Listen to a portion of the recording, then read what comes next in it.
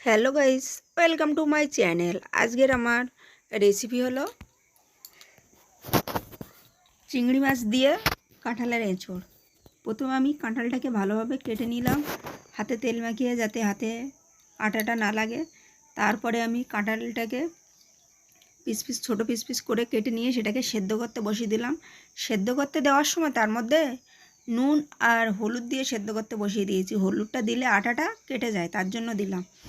এবার আমি ছোট ছোট পিস করে আলু কেটে রেখেছিলাম, সেই আলুটাকে একটু হালকা লাল করে ভেজে নিচ্ছি। একটু ভেজে নিলে তার স্বাদটা ভালো আসে, তার জন্য আমি আলুটাকে ভালোভাবে ভেজে নিলাম একটু নুন আর হলুদ দিয়ে। তারপরে আমি চিংড়ি মাছটাকে কেটে রেখেছিলাম, সেই চিংড়ি মাছটা ভেজে নিলাম। এবার চিংড়ি মাছটা ভেজে নিয়ে আমি এবার এই এঁচোড়ের জন্য আমি মশলা করে রেখেছি, সেই মশলাটা দিয়ে দিলাম। মশলাটা বলতে আমি আদা, পেঁয়াজ, রসুন পেস্ট করে নিয়েছি, নিয়ে সেটাকে চিংড়ি মাছটা আমার ভাজা হয়ে গেছে তার মধ্যে দিয়ে দিলাম। দিয়ে একটু হালকা নেড়ে চেড়ে চিংড়ি মাছের সাথে এবার আমি এঁচোড়টাকে দিয়ে দিলাম। এঁচোড়টা দিয়ে এবার ওটাকে ভালোভাবে কষিয়ে নেব। আর আমার যেহেতু আলুটা আগে লাল লাল করে ভেজে রাখা ছিল, সেটা বেশ ভালোভাবেই সেদ্ধ হয়ে গেছে ভাজার সময়। এবার সেটাকে আমি একটু পরে দেবো আর কি, আগে এঁচোড়টা দিয়ে ভালো করে কষিয়ে নেব। কষিয়ে নিয়ে তারপরে যখন এঁচোড়টা আমার বেশ ভালোভাবে কষে আসবে, তারপরেই আমি আলুটা দিয়ে দেবো। এবার আলুর মধ্যে আমি এবার কাঁচা লঙ্কা, কাশ্মীরি গুঁড়ো লঙ্কা দিলাম, একটু জিরের গুঁড়ো দিলাম, দিয়ে এটাকে কষে নিলাম। নিয়ে এবার আমি এটার মধ্যে আগে যে আলুটা রেখেছিলাম কষিয়ে, সেটাকে আমি দিয়ে দিলাম। এবার একটু নেড়ে চেড়ে জল দিয়ে দেব।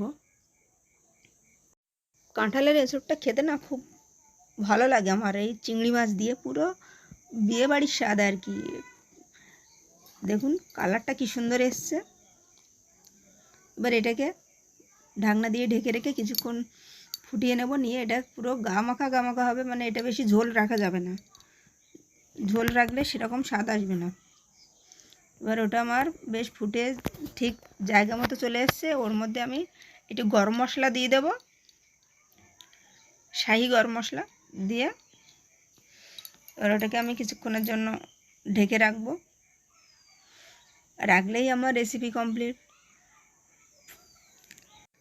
বন্ধুরা, কার কার চিংড়ি মাছ দিয়ে কাঁঠালের এঁচোড় রান্না খেতে খুব ভালো লাগে অবশ্যই কমেন্টে জানাবেন।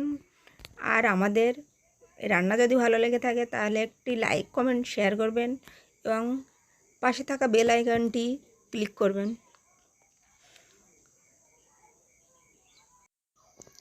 আমার রান্নাটি কমপ্লিট হয়ে গেছে।